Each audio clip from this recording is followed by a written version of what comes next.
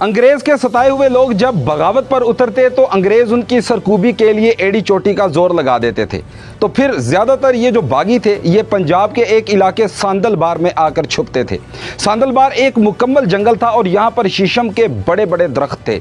अंग्रेज जब इन बागियों का मुकाबला करने के लिए इस सांदलबार के इलाके में जाता तो वहाँ पर उनको बहुत ही मुश्किलात का सामना करना पड़ता। लिहाजा अंग्रेज़ों ने इस जंगल को कटवा कर शीशम की जो लकड़ी थी वो इंग्लिस्तान यानी कि बरतानिया भेज दी और वहाँ पर एक छावनी कायम कर दी और साथ ही एक शहर आबाद कर दिया जिसको लायलपुर का नाम दिया गया। बाद में शाह फैसल के नाम पर इस शहर का नाम फैसलाबाद रख दिया गया और आज भी हम इस शहर को फैसलाबाद के नाम से जानते हैं। बाद में अंग्रेज़ों ने इस शहर के साथ एक नहर भी बनाई जिसे गोगेरा ब्रांच का नाम दिया गया। 14 नवंबर 1903 को पंजाब के लेफ्टिनेंट गवर्नर सर चार्ल्स मंटगोमरी रिवाज ने इस शहर में एक टावर की बुनियाद रखी जिसे आज घंटाघर के नाम से जाना जाता है। सर चार्ल्स मंटगोमरी रिवाज ने अपने नाम से भी पंजाब में एक शहर आबाद किया जिसे उस वक्त मंटगोमरी का नाम दिया गया और आज उसका नाम साहिवाल है। खैर, दोबारा से अपने टॉपिक की तरफ आते हैं।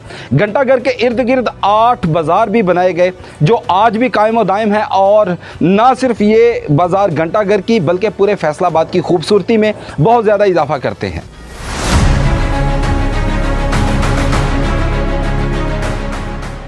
मेरे पीछे घंटाघर है और फैसलाबाद में मलका विक्टोरिया और सर चार्ल्स मंटगोमरी रिवाज की ये वाहिद निशानी है और इसके इर्द गिर्द ये जो 8 बाज़ार हैं ये ना सिर्फ घंटाघर बल्कि पूरे फैसलाबाद की खूबसूरती में इजाफा कर रहे हैं। इन 8 बाज़ारों के मुख्तलिफ नाम हैं और मुख्तलिफ किस्म के कारोबार ही इन बाज़ारों में होते हैं, जैसा कि जंग बाज़ार बर्तनों और कपड़े के हवाले से मशहूर है। ये फैसलाबाद घंटाघर के 8 बाज़ारों के झंग बाज़ार शामिल होता है। ये झंग बाज़ार इस तो मशहूर है क्योंकि इतने हर तरह की वैरायटी मिलती है तो गरीब तबका आन के इतने अपनी हैसियत के मुताबिक चीज़ खरीद सकता है। अमीनपुर बाज़ार से किताबें, कापियाँ और दूसरी प्रेस की अशिया मिलती हैं। मैं अमीनपुर बाज़ार पे खड़ा हूँ। अमीनपुर बाज़ार का ये जो चूँकि चौक घंटाघर में 8 बाज़ार है और 8 बाज़ारों के जो नाम रखे गए थे उस वक़्त वो हर जो रास्ता जहाँ की तरफ निकलता था उस तरफ के हवाले से उनको नाम रखा गया था। तो चूँकि अमीपुर बंगला वहाँ पे महकमा नहार का अंग्रेज़ जो कलेक्टर था वो बैठता था और ये रास्ता जो था वो अमीपुर बंगला की तरफ निकलता था तो इस बाज़ार का नाम अमीपुर बाज़ार रखा गया था। कचहरी बाज़ार में मोबाइल फ़ोन और इलेक्ट्रॉनिक्स की जो अशिया हैं उनकी बहुत ज़्यादा मार्केट्स हैं। जी, ये फैसलाबाद का कचहरी बाज़ार है। ये 8 बाज़ारों में से बड़ा अपनी अहमियत का हामिल है। 80 की दहाई के पहले जो है यहाँ से आलात मौसीकी मिला करते थे और 80 की दहाई के बाद जो है ना ये शूज़ की मार्केट बन गई। यहाँ पे जो है ना शूज़ की दुकानें थी और अच्छी दुकानें थी सारी। उसके 80 की दहाई के बाद जब शूज़ की मार्केट ख़त्म हो गई, मोबाइल का दौर आ गया तो फिर 2006 के बाद यहाँ पे मोबाइल की बड़ी मार्केट बन गई। मंटगोमरी बाज़ार को सूतर मंडी भी कहा जाता है और यहाँ से सूतर जो है वो ना सिर्फ पाकिस्तान बल्कि पूरी दुनिया में सप्लाई किया जाता है। जी, ये फैसलाबाद का मशहूर बाज़ार है मंटगोमरी बाज़ार। यहाँ पे इसको सूतर मंडी भी बोला जाता है।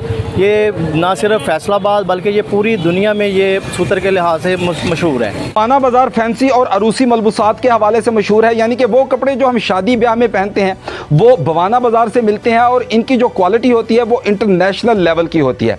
बाज़ार में दाखिल हो रहे हैं, इसकी खसूसियत ये है कि अरूसी मलबूसात की वजह से ये बाज़ार बहुत मशहूर है कपड़े की वजह से, क्योंकि यहाँ पर बड़ी बड़ी दूर से लोग कस्टमर आकर ख़रीदारी करते हैं ब्याह शादी की बरी का सामान। इसके साथ साथ कारखाना बाज़ार है जो कि कोरे कपड़े के हवाले से पूरी दुनिया में मशहूर है। जी भाई, अस्सलाम वालेकुम। ये कारखाना बाज़ार है भाई, इधर कोरे कपड़े का कारोबार है, ग्रे क्लास मार्केट।